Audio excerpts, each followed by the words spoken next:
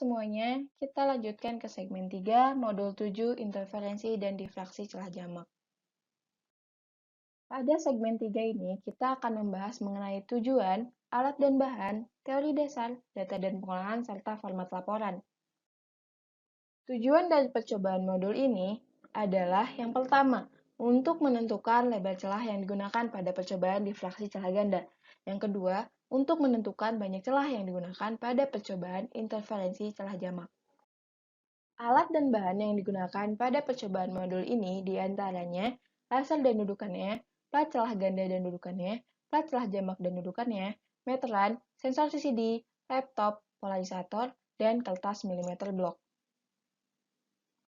Selanjutnya kita menuju ke teori dasar yang digunakan pada modul percobaan ini. Superposisi terjadi ketika dua buah gelombang atau lebih saling berpapasan dan merambat bersamaan. Peristiwa superposisi ini mendasari terjadinya pola interferensi dan difraksi yang dapat diamati ketika suatu berkas melewati celah kecil. Jadi apa itu interferensi? Interferensi merupakan interaksi antar gelombang pada suatu titik atau daerah tertentu. Nah, interferensi ini dicirikan dengan adanya pola antara garis terang atau biasa kita sebut dengan interferensi konstruktif dan garis gelap yang biasa kita sebut dengan interferensi destruktif. Pola garis terang dan gelap ini akan muncul secara periodik. Lalu apa itu difraksi?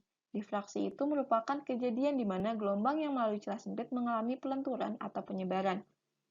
Pola interferensi yang paling sederhana dapat diperoleh dengan cara melewatkan suatu berkas cahaya dari sumber yang koheren, seperti laser, ke dua buah celah kecil yang berdekatan. Nah, percobaan ini kita kenal sebagai eksperimen interferensi Young celah ganda.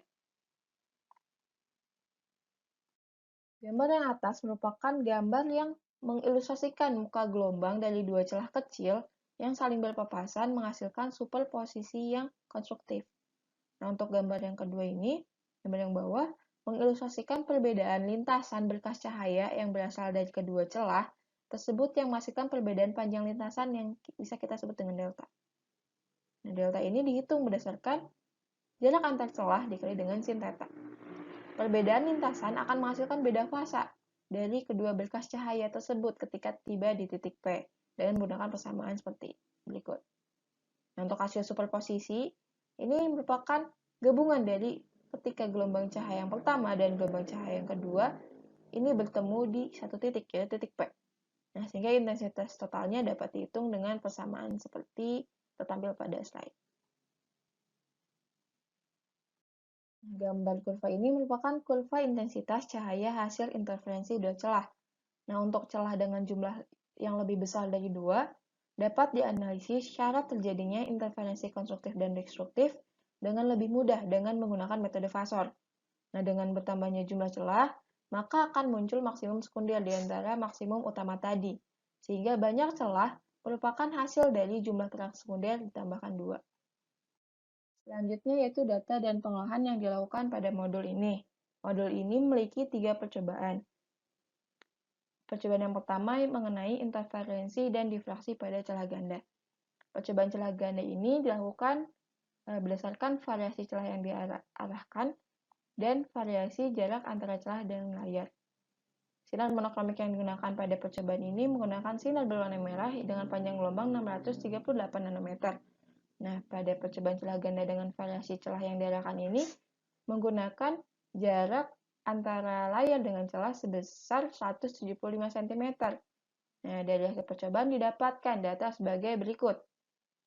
Data ini menampilkan jarak antara terang pusat ke setiap kodenya di masing-masing celah. Nah, dari percobaan ini kita akan mendapat jarak antar celah pada setiap kisinya atau setiap celah 1, 2, dan 3. Percobaan ini kita akan mendapat 3 grafik regresi dan 3 nilai jarak antar celah.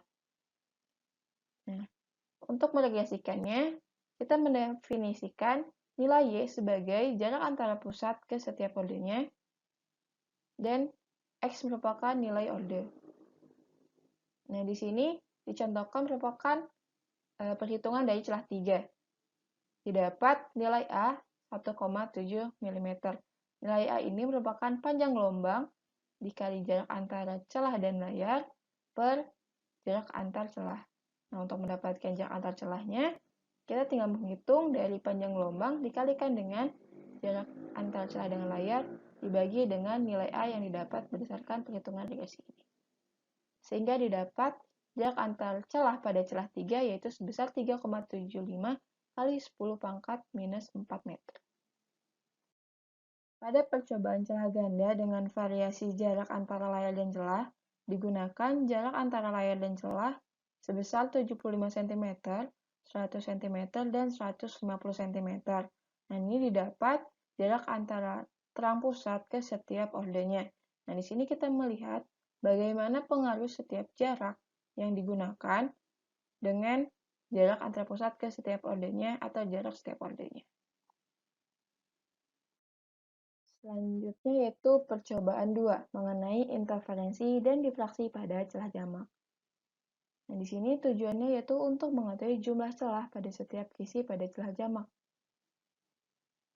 Untuk kisi pertama atau celah ke-1, ini memiliki jumlah transponder 1. Kemudian di kisi kedua, 2, 3, 4, 4 ke 12.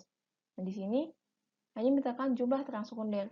Nah, untuk mengetahui jumlah celah, yaitu dengan jumlah transponder ditambah 2. Selanjutnya yaitu percobaan yang terakhir, yaitu percobaan 3 mengenai pengamatan pola interferensi dan difraksi dengan menggunakan sensor array CCD. Nah, percobaan ini tidak menghasilkan data.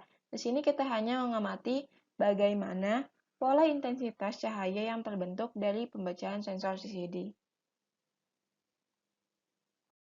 Selanjutnya mengenai format laporan. Format laporan diawali dengan nama modul, kemudian identitas dari praktikan dan asisten, dan waktu pelaksanaan dari praktikum. Nah, bagian 1 ini berisikan dengan kondisi lab, kemudian yang bagian 2 berisikan tujuan yang berisikan poin-poin, yang bagian 3 ini alat dan bahan yang digunakan pada modul percobaan, yang keempat berisikan mengenai teori singkat yang digunakan pada modul percobaan, data dan pengolahan yang dilakukan pada percobaan modul 7 ini khususnya, kemudian analisis dan pembahasan mengenai hasil pengolahan yang sudah dilakukan, dan terakhir berisikan simpulan yang menjawab tujuan.